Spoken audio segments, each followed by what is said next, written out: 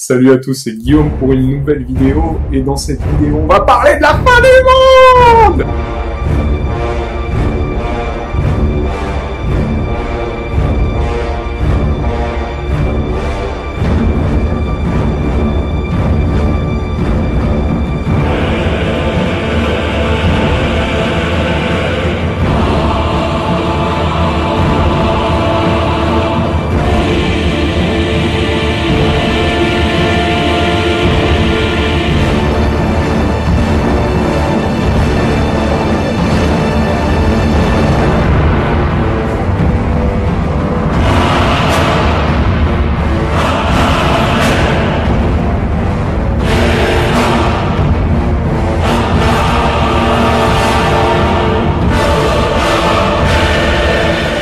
Et je suis très bien placé pour en parler, parce que malgré mon jeune âge, j'ai déjà survécu à 2 apocalypses. D'abord, il y a eu celle de l'an 2000, j'avais 5 ans.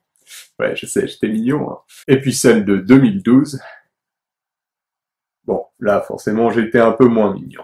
Ah, 2012. Sale année. J'y ai réchappé de peu. Malgré toutes ces pluies de météorites et toutes ces apocalypses à n'en plus finir, j'ai toujours toutes mes dents à 23 ans. Abonne-toi.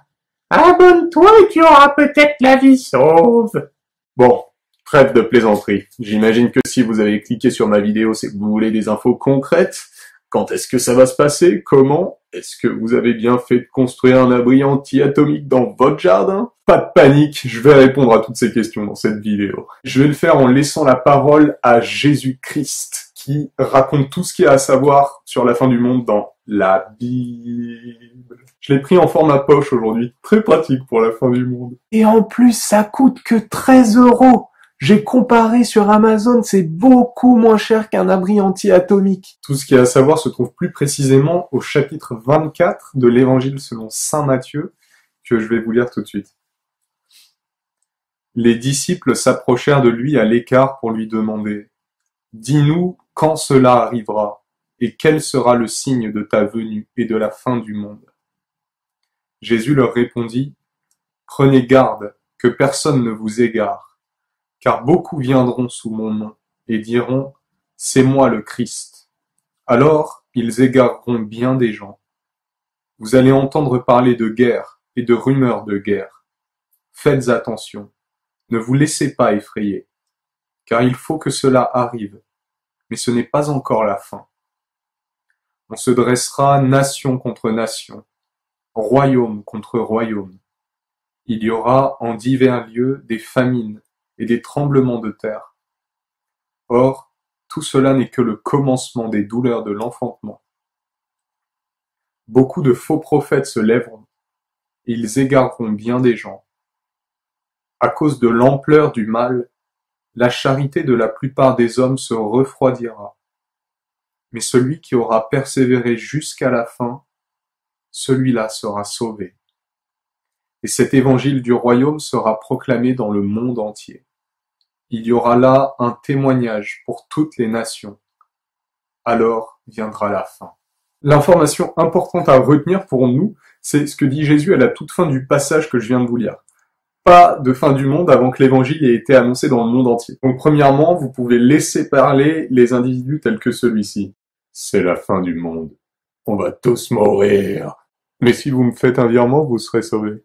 Parce que tout simplement, il reste encore pas mal d'endroits dans le monde où l'évangile n'a pas encore été annoncé. Donc la fin du monde, c'est pas pour tout de suite. Et deuxièmement, si vous êtes pressé que ce jour-là arrive, lisez la Bible, priez et sortez dehors pour annoncer Jésus au monde. Ou faites des vidéos YouTube. Donc pour ce qui est de la date, c'est réglé. Maintenant, en quoi ça va consister le jour J? Là encore, Jésus nous dit tout et attention, c'est du lourd. Alors, en effet, il y aura une grande détresse, telle qu'il n'y en a jamais eu depuis le commencement du monde jusqu'à maintenant, et telle qu'il n'y en aura jamais plus. Et si le nombre de ces jours-là n'était pas abrégé, personne n'aurait la vie sauve. Mais à cause des élus, ces jours-là seront abrégés. Alors si quelqu'un vous dit « Voilà le Messie, il est là », ou bien encore « Il est là », n'en croyez rien. Il surgira de faux messies et des faux prophètes. Ils produiront des signes grandioses et des prodiges, au point d'égarer si c'était possible, même les élus. Voilà, je vous l'ai dit d'avance. Si l'on vous dit « le voilà dans le désert », ne sortez pas. Si l'on vous dit « le voilà dans le fond de la maison », n'en croyez rien. En effet, comme l'éclair part de l'Orient et brille jusqu'à l'Occident, ainsi sera la venue du Fils de l'homme. Aussitôt après la détresse de ces jours-là, le soleil s'obscurcira, et la lune ne donnera plus sa clarté. Les étoiles tomberont du ciel, et les puissances célestes seront ébranlées. Alors paraîtra dans le ciel le signe du Fils de l'homme.